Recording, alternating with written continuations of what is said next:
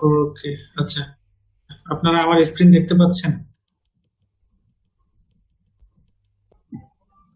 জি sir, জি দেখা sir. হ্যাঁ জি হ্যাঁ স্যার, দেখতে পাচ্ছি, জি স্যার। দেখতে পাচ্ছি, দেখতে পাচ্ছি স্যার।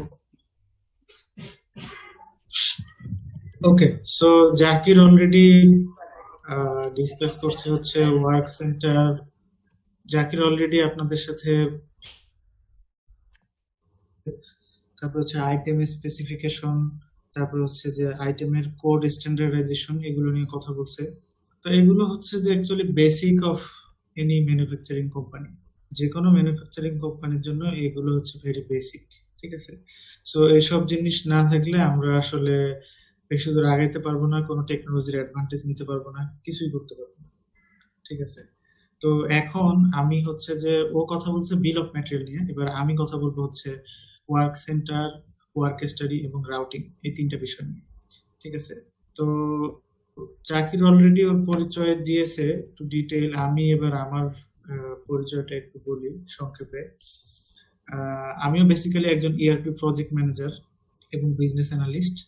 সো জাকির অলরেডি আপনাদের সাথে শেয়ার করছে যে আমাদের বাংলাদেশের one of the very first successful ERP implementation project, আমি ছিলাম প্রজেক্ট ম্যানেজার। ঠিক আছে, এবং বাংলাদেশের প্রথম অটোমেটেড ওয়্যারহাউস সিস্টেম ইন্টিগ্রেশন এবং প্রসেস ডেভেলপমেন্টে আমি কাজ করছি। তো এই দুইটা হচ্ছে যে one of the greatest achievement বলবো আমার ক্যারিয়ারের। ঠিক আছে, এমনিতে আমি হচ্ছে পড়াশোনা করছি আইপি ইঞ্জিনিয়ারিং এর বুয়েট থেকে। দেশের বাইরে আমি এবং জাকির আমরা বেশ কিছু ট্রেনিং পেয়েছিলাম। তার মধ্যে আমি পেয়েছিলাম হচ্ছে ইতালি থেকে training on ERP project management, তারপর টার্কি থেকে training on ERP solution architecture and customization, তারপর থাইল্যান্ডে আমাদের ট্রেনিং ছিল ম্যানুফ্যাকচারিং বেস্ট প্র্যাকটিসের উপর। এরপর বেলজিয়াম থেকে আমরা রিমোট ট্রেনিং নিয়েছিলাম বিজনেস প্রসেস এবং ইআরপি কনফিগারেশনের উপর। তো এটা আমার সৌভাগ্যই বলবো যে আমি একজন ক্যানাডিয়ান ইআরপি স্পেশালিস্টের আন্ডারে কাজ করার সুযোগ পাইছিলাম, এবং উনি আসলে আমাদেরকে সুযোগ করে দিয়েছিলেন এই ফরেন ট্রেনিং গুলো নেওয়ার। এর ফলে আমরা দেশের বাইরে জিনিসগুলো দেখে আমরা আসলে বুঝতে পারছি যে আমাদের দেশের ল্যাকিং কত, কোন জায়গায় ল্যাকিং, এবং আমরা কিভাবে আমরা ইমপ্রুভ করতে পারি। ঠিক আছে, এবং ইমপ্রুভ যে সম্ভব এই বিলিফটা চলে আসে যদি আপনি অন্য কোথাও কোনো কিছু দেখতে পারেন। সো ডেফিনেটলি কারো যদি সৌভাগ্য হয়, আপনারা নিজেরাও রিয়েলাইজ করতে পারবেন যে বাংলাদেশ কতটা পিছনে আছে এবং আমাদের কত জায়গায় ইমপ্রুভ করা দরকার। একদম বেসিক থেকে ইমপ্রুভমেন্ট আমাদের দরকার, যে বেসিক গুলাই আজকে আমরা কথা বলবো। এই যে বিল অফ ম্যাটেরিয়াল, এটা very basic. Packing BOM, garments BOM, yarn BOM, greige, সব ভেরি বেসিক। এটা না থাকলে তো কোনো কিছুই হবে না। আইটেম স্পেসিফিকেশন গুলো স্ট্যান্ডার্ড করা, এগুলো ভেরি বেসিক জিনিস। ঠিক আছে, সো এগুলো থাকতে হবে। যাই হোক, six sigma yellow belt certification এগুলো আমরা নিয়েছিলাম। তারপর বুটেক্সে আমি ট্রেনার হিসেবে আছি বেশ কয়েক বছর ধরে আপনাদের সাথে। ঠিক আছে, তো ডিফারেন্ট ডিফারেন্ট ইন্ডাস্ট্রিতে কাজ করার এক্সপিরিয়েন্স আছে, ডিফারেন্ট ডিপার্টমেন্টে কাজ করার এক্সপিরিয়েন্স আছে। আমি মোটামুটি সবগুলো ডিপার্টমেন্টে 6 to 8 মান্থ কাজ করছি প্র্যাকটিক্যালি। ঠিক আছে, সব প্রসেস গুলো সম্পর্কে আমার আইডিয়া আছে। আহ, এছাড়াও হচ্ছে যে আমি যখন ইআরপি প্রজেক্টটা লিড করেছিলাম তখন আমার ওখানে ইন্ডাস্ট্রিয়াল ইঞ্জিনিয়ার, টেক্সটাইল ইঞ্জিনিয়ার, ঠিক আছে, computer science engineer, different engineer ছিল এক টিমে। ঠিক আছে, তারপর হচ্ছে যে ডিফারেন্ট দেশের, Canada, turkey, Taiwan, Hong Kong, Brazil, এইসব দেশের ইঞ্জিনিয়ারদের সাথে কাজ করার সুযোগ হয়েছিল। সো আমি দেখেছি তারা কতটা প্রোডাক্টিভ এবং কিভাবে তারা প্রোডাক্টিভ হয়। ঠিক আছে, সেই এক্সপিরিয়েন্স থেকেই আমি আপনাদেরকে আজকের এই জিনিসটা আমি আপনাদেরকে এক্সপ্লেন করে ট্রাই করবো যে কিভাবে আমরা নিজেরাও আমরা ইমপ্রুভ করতে পারি। ঠিক আছে, এবং আমাদের সেক্টরের জন্য সেটা কেন দরকার। এনিওয়ে, আমি কনফারেন্স এবং সেমিনারে এই টেকনোলজি এবং ম্যানেজমেন্ট নিয়ে অনেক কথা বলে থাকি। আমার একটা ওয়েবসাইট আছে 360businessanalyst.com, আপনারা গিয়ে দেখতে পারেন। ওখানে জাকির এবং আমরা অনেক আর্টিকেল লিখেছি, এটা ফ্রি রিসোর্স। ঠিক আছে, হোপফুলি আপনাদের কাজে লাগবে।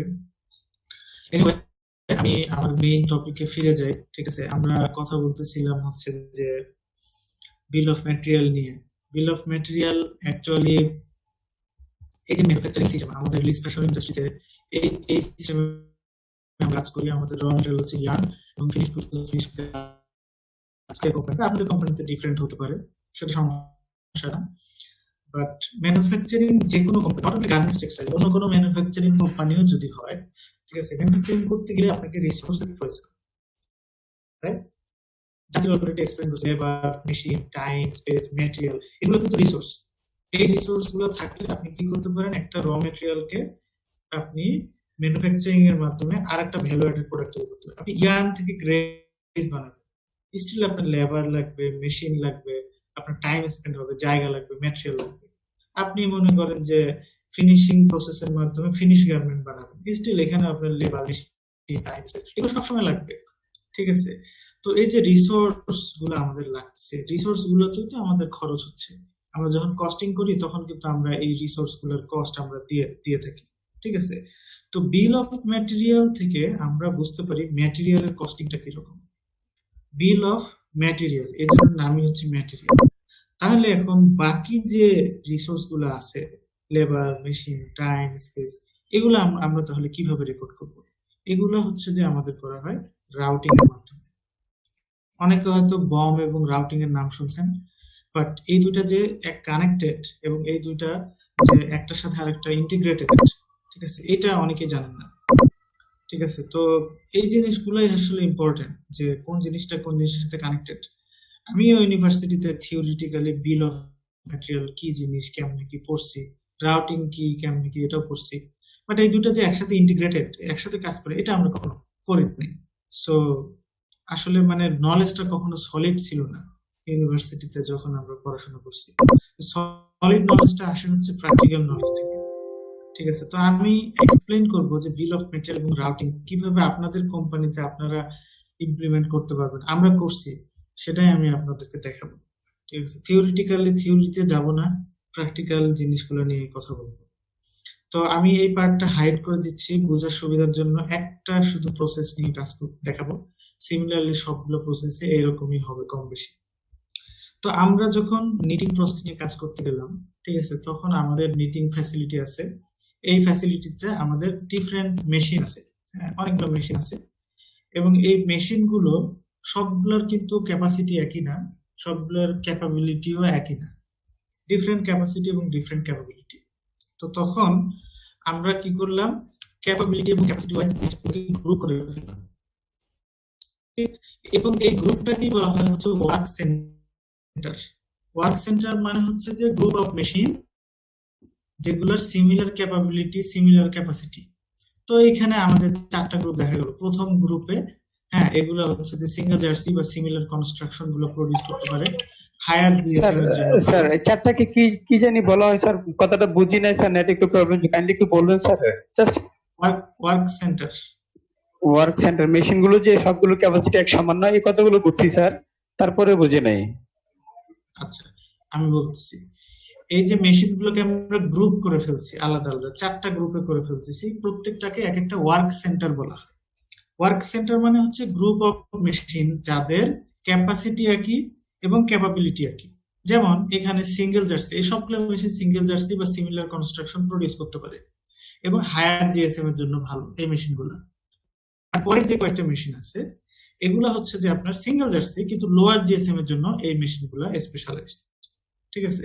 তারপরের যে গ্রুপ, এটা হচ্ছে রিব বা সিমিলার কনস্ট্রাকশনের জন্য, হ্যাঁ, উপরেরটা হায়ার জিএসএম এর জন্য, আর এগুলো হচ্ছে লোয়ার জিএসএম এর জন্য। তো এইভাবে আমাদের নিটিং ফ্যাসিলিটি, খুব বড় নিটিং ফ্যাসিলিটি বলবো না, ঠিক আছে, আবার ছোটও না, 40টার মতো মেশিন, ঠিক আছে, এই ফ্যাসিলিটিটাকে আমরা চারটা গ্রুপে ভাগ করে ফেলছি, চারটা ওয়ার্ক সেন্টারে ভাগ করছি, ঠিক আছে? এবার আমি প্রথম ওয়ার্ক সেন্টারটা নিয়ে আমি আপনাদেরকে একটু এক্সপ্লেন করবো। প্রথম যে ওয়ার্ক সেন্টারটা, সিঙ্গেল জার্সি, হায়ার জিএসএম, এই ওয়ার্ক সেন্টারটা, ঠিক আছে, এখানে মেশিন হচ্ছে টোটাল 22টা, এবং এইখানে টোটাল মেশিন 22টা। মেশিন তো 24 ঘন্টায় চলে, নিটিং মেশিন, নিটিং তো ফ্যাক্টরি অল টাইম চলে, ঠিক আছে? যদি 24 ঘন্টা 22টা মেশিন চলে, তাহলে আমার মেশিন আওয়ার কত হচ্ছে? 528 মেশিন আওয়ার হচ্ছে। এবং আমরা দেখলাম যে ওয়ার্ক সেন্টারের প্রোডাকশন রেট, এই ফুল ওয়ার্ক সেন্টারটা, হ্যাঁ, প্রতি ঘন্টায় 176 কেজি করে প্রডিউস করতে পারে, গ্রেস প্রডিউস করতে পারে, গ্রে ফ্যাব্রিক প্রডিউস করতে পারে প্রতি ঘন্টায় 176 কেজি, এবং পার মেশিনে 8 কেজি করে আসে। পার মেশিন পার আওয়ারে 8 কেজি করে প্রডিউস করতে পারে। এটা কিন্তু হচ্ছে আইডিয়াল কন্ডিশন, ঠিক আছে? মানে এইটা আইডিয়ালি পার মেশিন পার আওয়ার 8 কেজি করে প্রডিউস হবে। বাট প্র্যাকটিক্যাল সিচুয়েশন কিন্তু একটু ডিফারেন্ট, এবং প্র্যাকটিক্যাল সিচুয়েশন জানার জন্য আমাদেরকে কি করতে হচ্ছে, অ্যাকচুয়াল ডাটাগুলো কালেক্ট করতে হচ্ছে, ঠিক আছে। এবং এই যে অ্যাকচুয়াল ডেটাগুলো আমরা কালেক্ট করছি, এটা যে মেথডের মাধ্যমে করা হয় সেটাকে বলা হয় হচ্ছে ওয়ার্ক স্টাডি। ওয়ার্ক স্টাডিটাকে অনেকে টাইম স্টাডিও বলে। সো এই টাইম স্টাডি বা ওয়ার্ক স্টাডি, ঠিক আছে, এইটার মাধ্যমে আমরা কি করছি, অ্যাকচুয়াল প্রোডাকশন রেটটা কালেক্ট করছি। আমরা কি করে থাকি সাধারণত ওয়ার্ক স্টাডি করে থাকি। কিছু কিছু কোম্পানি কাটিং এ ওয়ার্ক স্টাডি করে, বাট ডাইং নিটিং এ খুব একটা দেখা যায় না। বাট আমাদের কিন্তু ম্যানুফ্যাকচারিং প্রসেস মানেই ওয়ার্ক স্টাডি করতে হবে, বিকজ এই ওয়ার্ক স্টাডির মাধ্যমেই আমি কি করতে পারবো, প্র্যাকটিক্যাল কন্ডিশনটা জানতে পারবো, এবং আমি এক্স্যাক্টলি বুঝতে পারবো যে কি পরিমাণ লেবার, মেশিন, টাইম এবং স্পেস আমার লাগবে, ঠিক আছে। সো নিটিং এ ওয়ার্ক স্টাডি দরকার আছে। আমি আপনাদেরকে দেখাবো যে আমরা নিটিং এ ওয়ার্ক স্টাডি করে কি বেনিফিট পাইছি এবং কিভাবে ওয়ার্ক স্টাডিটা করতে হয়েছে, ঠিক আছে। সো আমি ওয়ার্ক স্টাডিটা এখন একটু আপনাদেরকে দেখাবো। জাস্ট স্যাম্পল ডাটা আমি কিছু শো করবো আপনাদের এখানে। এই যেমন এটা হচ্ছে 18 নাম্বার মেশিনের জন্য আমরা কি করছি, সকাল থেকে সন্ধ্যা মানে full time batch, shift shift wise আমরা কি করছি, ফুল টাইমের সিচুয়েশনটা স্টাডি করছি। হ্যাঁ, যেমন এই যে সকাল 9:30 ইলেকট্রিসিটি ছিল না, তারপর কিছুক্ষণ আবার 9:52 গিয়ে ইলেকট্রিসিটি ছিল না, নিডল ভেঙে গেছিল 11:09, মেশিন নাম্বার 18, ঠিক আছে। 19 তারিখে এই ঘটনাগুলো ঘটছে, ইয়ার্ন ভেঙে গেছে, কখনো কোন ড্যামেজ হয়েছে, ঠিক আছে, এরকম। এটা হচ্ছে মেশিন নাম্বার 19-এ। তো আমরা একটা টিম কাজ করছি, ফুল সিচুয়েশনটা 3 সপ্তাহ ধরে আমরা অবজার্ভ করছি, আমরা অ্যানালাইসিস করে দেখছি যে এটার সিচুয়েশনটা কি, ঠিক আছে। তো এই যে ওয়ার্ক স্টাডি, ঠিক আছে, এই ওয়ার্ক স্টাডি আমরা শুধু যে 2টা মেশিনের জন্য না, আমরা সবগুলা মেশিনের জন্য এরকম আমরা ওয়ার্ক স্টাডি করছি, সবগুলোর জন্য, এবং এটা 3 সপ্তাহ ধরে। এবং এই ওয়ার্ক স্টাডির ফলে আমরা কি করতে পারছি, আমরা একটা সামারাইজ করতে পারছি সিচুয়েশনটা কি। দেখা গেছে যে একটা নিটিং তো আসলে মানে কি বলবো, নিটিং কে অনেকে ওইভাবে গুরুত্বই দেয় না, ঠিক আছে। তো এই নিটিং ফ্যাসিলিটিতেও যে অনেক কিছু ব্যাপার আছে, দেখেন আমরা বিভিন্ন মেশিন 18, 19, 20, আমি জাস্ট একটা পার্ট আপনাদের এখানে দেখাচ্ছি। এখানে দেখেন যে নো ইলেকট্রিসিটি মেশিন 18-তে 3 ঘন্টা ছিল না, ইনপুট অ্যাভেলেবল না, ইয়ার্ন নাই, ইয়ার্ন এখনো রাস্তায় আছে, আসে নাই এখনো, এরকম কারণে মেশিন বন্ধ ছিল 5 ঘন্টা। ইয়ার্ন ভেঙে যাওয়ার কারণে মেইনটেন্যান্স, মেশিন প্ল্যানিং, কোন চেঞ্জ, নিডল ব্রেক, রোল নিতে হয়, ইয়ার্ন ফিট দিতে হয়, ট্রান্সফার করতে হয় অনেক সময় ইয়ার্ন। হ্যাঁ, মেশিনের পার্ট ড্যামেজ হতে পারে, সেটআপে টাইম লাগে, মেশিন অনেক সময় বন্ধ করা লাগে, প্রোগ্রাম চেঞ্জ করার জন্য যে একটা অর্ডার চলতেছে ওটা চেঞ্জ করে আরেকটা অর্ডার দেওয়া। তো এইরকম মানে হিউজ পরিমাণ ইভেন্ট কিন্তু আমার এই নিটিং এর মধ্যে ঘটতেছে। সো দেখা গেল যে মেশিন নাম্বার 18 49% টাইম রান ছিল এবং আইডল ছিল 51% টাইম। একটা অবাক করার বিষয়। আপনি যে কোনো এক সময় নিটিং ফ্যাসিলিটিতে ঢুকলে দেখবেন যে বেশিরভাগ মেশিনই চলতেছে, 1 ঘন্টা পর আবার 2 মিনিটের জন্য ঢুকবেন, চলতেছে। বাট আপনি যদি কন্টিনিউয়াসলি থাকেন তখন আপনি বুঝতে পারবেন যে কি পরিমাণ টাইম আইডল, 49, 35, 48, 23, 55, হিউজ পরিমাণ টাইম কিন্তু মেশিন আইডল পড়ে থাকে, ঠিক আছে। যদি আপনি ফুল একটা 3 উইকের সামারি নেন তখন আপনি দেখবেন এই সিচুয়েশনটা। হ্যাঁ, হয়তো আমাদের নিটিং ফ্যাসিলিটিটা মানে অপেক্ষাকৃত অত পুরাতন ছিল না, ঠিক আছে, হয়তো ম্যান পাওয়ারের প্রবলেম ছিল, আমরা হচ্ছে নিটিং ফ্যাসিলিটি শিফট করছিলাম কিছুদিন আগে, সো সেই কারণে হয়তো কিছু প্রবলেম আছে, বাট মোর অর লেস আপনার কিন্তু huge number of time idol থাকতেছে। এটা কিন্তু আপনি চেয়ারে বসে, হ্যাঁ, সুন্দর এসি রুমে বসে আপনি ইমাজিন করবেন যে পার আওয়ারে কতখানি প্রডিউস হবে, এরকম করে একটা নিটিং এর প্ল্যান তৈরি করে ফেলবেন, এটা কিন্তু কোনোদিন রিয়েলিস্টিক হবে না। আপনাকে প্র্যাকটিক্যালি যেতে হবে, দেখতে হবে, বুঝতে হবে, টাইম স্পেন্ড করতে হবে, তখন আপনি প্র্যাকটিক্যাল সিচুয়েশনটা আপনি বের করতে পারবেন। এছাড়া কখনোই ওয়ার্ক স্টাডি ছাড়া আপনি আইডিয়ালি একটা রেট ধরে নিয়ে যদি আপনি প্ল্যান করেন, এই প্ল্যান কখনোই অ্যাচিভ হবে না, ঠিক আছে, কখনোই সম্ভব না। সো যেটা বলতেছিলাম যে প্র্যাকটিক্যাল কন্ডিশনের উপর ভিত্তি করেই আমি ওয়ার্ক স্টাডি থেকে আমি রাউটিংটা করতে পারবো, কত লেবার, কত টাইম, কত মেশিন, কত কি পরিমাণ রিসোর্স আমার দরকার, সেটা আমি বের করতে পারবো অনলি ফ্রম ওয়ার্ক স্টাডি। এছাড়া সেটা নিটিং হোক, সেটা ডাইং হোক, সেটা প্রিন্টিং হোক, হোয়াট এভার ইট ইজ, কোনো কিছুর ক্ষেত্রেই, ঠিক আছে, কাটিং সুইং কোনো কিছুর ক্ষেত্রে without work study, practical work study আমরা যদি একটা রেট ধরে নিয়ে হিসাব করি তাহলে কখনোই সেটা প্র্যাকটিক্যালি অ্যাচিভ করা সম্ভব না। ঠিক আছে, সো এই জন্য আমাদেরকে কি করতে হবে, আমাদেরকে ওয়ার্ক স্টাডিটাকে বেশি গুরুত্ব দিতে হবে। এবং এই ওয়ার্ক স্টাডির ফলে আমরা কি করতে পারছি, আমরা একটা ফ্রেমওয়ার্ক তৈরি করতে পারছি আমাদের নিটিং এর জন্য। ঠিক আছে, খুবই চমৎকার একটা ফ্রেমওয়ার্ক। কিরকম সেটা আমি আপনাদের সাথে এখন শেয়ার করব। আমরা দেখলাম নিটিং এর ওয়ার্ক স্টাডি করতে গিয়ে যে অ্যাকচুয়ালি টাইম কত লাগবে এটা আসলে অনেক কিছুর উপর নির্ভর করে, অনেক কিছুর উপর। যেমন আমি এখানে একটা দেখাচ্ছি যে হাই জিএসএম, রিপ এবং স্প্যান্ডেক্স যদি থাকে, এইরকম যদি তাহলে আমাদের কি করতে হয়, এই যে মেশিন কনফিগার করতে এই টাইম, প্রোডাকশন টাইম, হ্যাঁ এত পরিমাণ লাগতেছে, তারপর হচ্ছে নন ভ্যালুয়ারি টাইম আমার যাচ্ছে এত, আগে যেতে মেশিন মেইনটেনেন্স করতে এই টাইমটা লাগে, হ্যাঁ আউটপুট রোল, কাটিং, লেবেলিং, ওজন ইন্সপেকশন। সাউন্ড ক্লিয়ার না স্যার, সাউন্ড ক্লিয়ার ভাবে আসতেছে না। আচ্ছা, এক মিনিট আমি কাজ করি, ভিডিও তো বন্ধই করা আছে।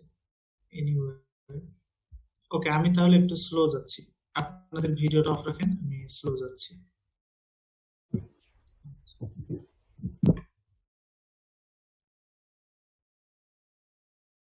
ওকে, সো এখন আমি যেটা বলতেছিলাম যে ওয়ার্ক স্টাডির মাধ্যমে আমরা বুঝতে পারলাম যে যদি হাই জিএসএম হয়, রিভ হয়, স্প্যান্ডিক্স হয়, তাহলে এই টাইমগুলো লাগতেছে। ঠিক আছে, এবং ওয়েস্ট, গ্রেজ ইন্সপেকশন করতে কত ওয়েস্ট হচ্ছে, গ্রেজ ওয়েস্ট মেশিন সেটআপের সময় ওয়েস্ট হচ্ছে, ইয়ার্ন কাটিং এ ইয়ার্ন উড়ে যাচ্ছে, ইয়ার্ন কোণে থেকে যাচ্ছে, রোল লেভেলিং। তো তার মানে কি হচ্ছে, যদি হাই জিএসএম হয়, যদি রিভ হয়, যদি স্প্যান্ডেক্স হয়, তাহলে এই পরিমাণ আমার টাইম যাচ্ছে এবং এই পরিমাণ আমার ওয়েস্ট হচ্ছে। এবং যদি আমি এখানে স্প্যান্ডেক্সটা বাদ দেই তাহলে কিন্তু এই টাইমগুলো ডিফারেন্ট হয়ে যাচ্ছে। একই মেশিনে, হ্যাঁ একই মেশিনে, একই ওয়ার্ক সেন্টারে আমি ম্যাটেরিয়াল যদি ডিফারেন্ট দেই তাহলে আমার টাইম ডিফারেন্ট লাগতেছে এবং আমার ওয়েস্টেজও ডিফারেন্ট হচ্ছে।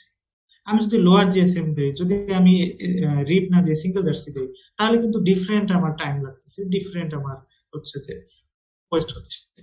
তো ওয়েস্টটাকেও কিন্তু কনসিডার করতে হবে, কারণ ওয়েস্ট যত হচ্ছে সেটাকেও পার কেজিতে আমার সামান্য কিছু ওয়েস্ট হচ্ছে, এটা তো আমাকে প্রডিউস করতে হবে। আমি যদি টোটাল 1000 কেজি আমাকে প্রডিউস করতে হয়, তাহলে আমার ওয়েস্টটাও কনসিডার করতে হবে। যতটুকু ওয়েস্ট, যদি 50 কেজি ওয়েস্ট হয় তাহলে আর 50 কেজি প্রডিউস করতে হবে, 50 কেজির জন্য টাইমও লাগবে এক্সট্রা। তার মানে কি হচ্ছে, এই যে ওয়েস্ট এবং টাইম, এই দুইটা আমি একটা প্রোফাইল তৈরি করতে পারলাম যে হাই জিএসএম এর জন্য এটা যদি উইদাউট স্প্যান্ডেক্স হয় তাহলে এক ধরনের টাইম। হ্যাঁ, এরকম করে আমরা কিন্তু অনেকগুলো প্রোফাইল আমরা তৈরি করতে পারছি, এরকম করে আমরা ডিফারেন্ট ডিফারেন্ট প্রোফাইল তৈরি করতে পারছি। ঠিক আছে, এখানে আমাদের 8টা প্রোফাইল আমাদের ফ্যাসিলিটির জন্য। আপনাদের নিটিং ফ্যাসিলিটিতে আপনাদের হয়তো এর থেকে বেশিও হতে পারে, এর থেকে কমও হতে পারে। ঠিক আছে, সো যখন প্ল্যানার নিটিং প্ল্যান করবে, নিটিং এর প্রোডাকশন প্ল্যান করবে, সে কিন্তু এখন আর ওই যে আরবিটারি একটা মানে স্ট্যান্ডার্ড ভ্যালুর উপর ভিত্তি করে কিন্তু কাজ করবে না। সে প্র্যাকটিক্যাল, সে যখন দেখবে আমার একটা অর্ডার আসছে, এটা আমার হচ্ছে 3 টন প্রডিউস করতে হবে, 3000 কেজি, ওকে এটা কি, এটা একটা রিব, আচ্ছা এটা হচ্ছে যে স্প্যান্ডেক্স সহ, ওকে ফাইন, তাহলে কোনটা, ওকে তাহলে এভাবে সে কি করতে পারবে, তখন সে দেখলো যে আচ্ছা এটা হচ্ছে সবগুলো কি আমার লোয়ার জিএসএম, সরি এটা হচ্ছে আমার এসডি সহ। তারপর সে দেখবে যে ওকে এখানে আমার হচ্ছে যে রিব এর জন্য প্রডিউস করতে হবে। ঠিক আছে, তারপর সে দেখবে যে ওকে লো জিএসএম, রিব, স্প্যান্ডেক্স সহ। তখন সে বুঝবে ওকে তাহলে আমার এইটার টাইম এবং এইটার ওয়েস্ট নিতে হবে। যখন আরেকটা অর্ডার আসবে তখন কিন্তু এইখানকার টাইম এবং ওয়েস্ট নিতে হবে। তার মানে কি, এগুলো কিন্তু প্র্যাকটিক্যাল, এই ডেটাগুলো একদম প্র্যাকটিক্যাল স্টাডির মাধ্যমে আসছে। সো এইটার উপর ভিত্তি করে সে যদি প্ল্যান করে তাহলে এটা সে অ্যাচিভ করতে পারবে। ঠিক আছে, বাট এভাবে না করে জাস্ট সিটে বসে থেকে ওকে 8 কেজি পার আওয়ার ধরে নিয়ে যদি হিসাব করে তাহলে কখনোই সে প্ল্যান অ্যাচিভ হবে না। ঠিক আছে, এটাই আমি বলতে চাচ্ছিলাম যে আমাদের প্র্যাকটিক্যাল কন্ডিশনটা আমাদের ওয়ার্ক স্টাডির মাধ্যমেই সম্ভব। এবং এই work study not only for sewing, ঠিক আছে, কাটিং, প্রিন্টিং, ডাইং, স্পিনিং, ঠিক আছে, নিটিং, এভরি ঠিক আছে প্রসেসের জন্য প্রযোজ্য।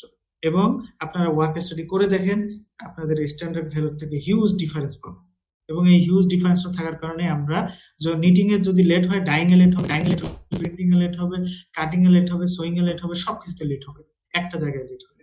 তো যদি আপনি টাইম যদি বেশি করে ধরেন তাহলে দেখা যাচ্ছে আগেই প্রডিউস হয়ে বসে আছে, সো বেশিও ধরা যাবে না, কমও ধরা যাবে না, আপনাকে ওয়ার্ক স্টাডি করে এক্সাক্ট টাইমটা বের করতে হবে। এবং আমরা এই ওয়ার্ক সেন্টারের প্র্যাকটিক্যাল কন্ডিশন চিন্তা করে আমরা ওয়ার্ক স্টাডি করে দেখলাম, এখানে আপনার হচ্ছে যে মেশিন কনফিগারেশন করতে একটা টাইম লাগতেছে, ঠিক আছে, এবং প্রসেসিং করতে টাইম যাচ্ছে, নন ভ্যালু অ্যাডেড কাজে টাইম যাচ্ছে, মেশিন মেইনটেনেন্সে টাইম যাচ্ছে, রোল কাটিং ইন্সপেকশন করতে টাইম যাচ্ছে, এবং আলটিমেটলি পার মেশিনে প্রোডাকশন রেট পাচ্ছি 7.34 কেজি। ঠিক আছে, আপনি ইমপ্রুভ করতে পারেন, নন ভ্যালু অ্যাডেড টাইমটা কমায় ফেলতে পারেন, ভালো কথা। বাট আপনি যদি নাই জানেন যে নন ভ্যালু অ্যাডেড টাইম কত, আপনি কি ইমপ্রুভ করবেন? আগে তো জানতে হবে কন্ডিশনটা কি। আপনার কন্ডিশন খারাপ হতে পারে, আপনার নন ভ্যালু অ্যাডেড টাইম অনেক বেশি হতে পারে, হোক, আপনি এটলিস্ট জানলেন। জানা থাকলে আপনার প্ল্যানটা তো কাজ করবে, এটলিস্ট আপনার প্রবলেম আছে, প্রবলেমটা তো জানতে হবে। সো এই জন্য work study is very important. ওই ওয়ার্ক স্টাডি সো এতক্ষণ আমি আপনাদেরকে যতটুকু দেখলাম এটাকে আমি একটু সামারাইজ করে বলতে চাই, ঠিক আছে, যে আপনার যদি নিটিং, ডাইং, প্রিন্টিং, ঠিক আছে, মেশিন বেসড ফ্যাসিলিটি থাকে, তাহলে আপনারা কি করবেন, এই ফ্যাসিলিটিটাকে গ্রুপ করবেন, ঠিক আছে, ওয়ার্ক সেন্টার অনুযায়ী গ্রুপ করবেন, ঠিক আছে। ওয়ার্ক সেন্টার মানে কি, সিমিলার ক্যাপাবিলিটির মেশিন, সিমিলার ক্যাপাসিটির মেশিন, এটা হচ্ছে একটা ওয়ার্ক সেন্টারে ফেলবেন, এভাবে গ্রুপ করে ফেলবেন। এরপর আপনি কি করবেন, ওয়ার্ক স্টাডি করবেন, প্রত্যেকটা ওয়ার্ক সেন্টারের জন্য আপনাকে স্টাডি করতে হবে, ঠিক আছে। স্টাডি করে আপনি তখন বুঝতে পারবেন যে ওকে, এইখানে দুই ধরনের রাউটিং হতে পারে, ঠিক আছে। যদি আমি সিঙ্গেল জার্সি হায়ার জিএসএম নেই তাহলে এরকম টাইম এরকম ওয়েস্ট যাবে, যদি আমি রিড নেই হায়ার জিএসএম নেই তাহলে আমার এ ধরনের টাইম এ ধরনের ওয়েস্ট হবে। আবার এই ওয়ার্ক সেন্টারে কোন কোন ম্যাটেরিয়ালের জন্য কি টাইপের ওয়েস্ট হয়, দুই রকম প্রোফাইল থাকতে পারে, এখানে তিনটা এখানে একটা, এক আপনার ফ্যাসিলিটির উপর নির্ভর করবে। আমি জাস্ট আপনাদেরকে দেখাই দিলাম। তো এই যে ভ্যালু, কত টাইম, কত ওয়েস্ট, এগুলো আসতে হবে কিসের মাধ্যমে, যেটা বললাম ওয়ার্ক স্টাডির মাধ্যমে এটা আসতে হবে, প্র্যাকটিক্যাল সিচুয়েশনের মাধ্যমে, ঠিক আছে। এবং অনলি দেন আপনি প্ল্যানিংটা কাজ করবে। আমি যদি আপনাদেরকে জিজ্ঞেস করি আপনার কোম্পানিতে বড় প্রবলেম কি কি, ঠিক আছে, আমি এর আগের ব্যাচে জিজ্ঞেস করছিলাম, বেশিরভাগই বলছে প্ল্যানিং এর সমস্যা, বেশিরভাগই।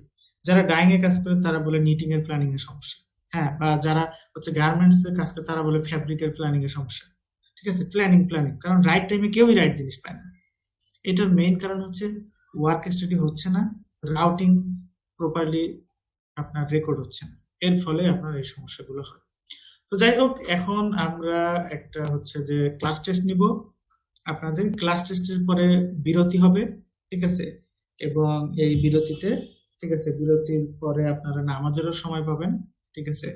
তো সবাইকে আমি বলবো যে আপনারা পেন এবং পেপার নিয়ে রেডি হন, ঠিক আছে। আপনাদেরকে আমরা সময় দিচ্ছি হচ্ছে পেন এবং পেপার নিয়ে রেডি হতে হবে। আমি আপনাদের কোয়েশ্চেন গুলো আগে দিচ্ছি, ঠিক আছে, আপনারা দেখতে পাচ্ছেন কিনা স্ক্রিনে কোয়েশ্চন, ঠিক আছে। 10 মার্কস এর একটা ক্লাস টেস্ট হবে।